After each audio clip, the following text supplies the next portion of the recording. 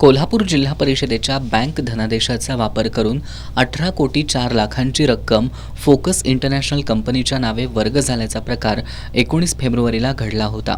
हे प्रकरण निदर्शनाला आल्यानंतर जिल्हा परिषदेच्या वित्त आणि लेखा विभागाचे अधिकारी कृष्णात पाटील यांनी शाहूपुरी पोलिसात फिर्याद दिली होती।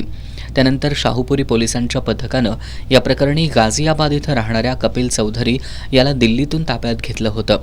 सध्या तो पोलीस कोठडीत असून त्याच्याकडून आणखी काही नावं निष्पन्न झाली आहेत। या प्रकरणी संबंधितांचा शोध घेऊन तपास सुरू असल्याचं पोलीस निरीक्षक संतोष डोके यांनी सांगितलं।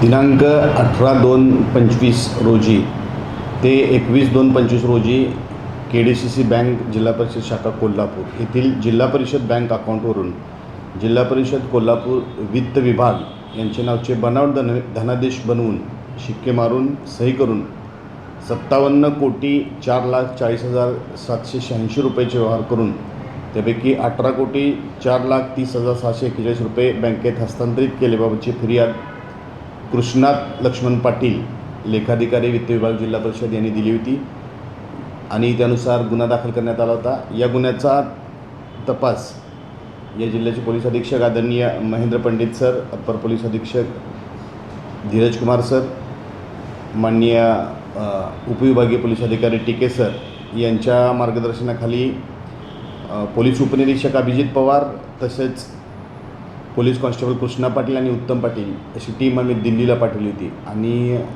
दिल्लीमध्ये त्यांनी कपिल चौधरी वय 29 वर्ष राहणार गोविंदपुरम गल्ली नंबर 5 गाझियाबाद उत्तर प्रदेश येथून या आरोपीला अटक करण्यात आलेली आहे। त्याची 25 तारखेपर्यंत पोलीस कस्टडी रिमांड असून आणखीन त्यात कोणाचा सहभाग आहे याबाबत आम्ही पोलीस कस्टडी रिमांडमध्ये तपास करीत आहोत।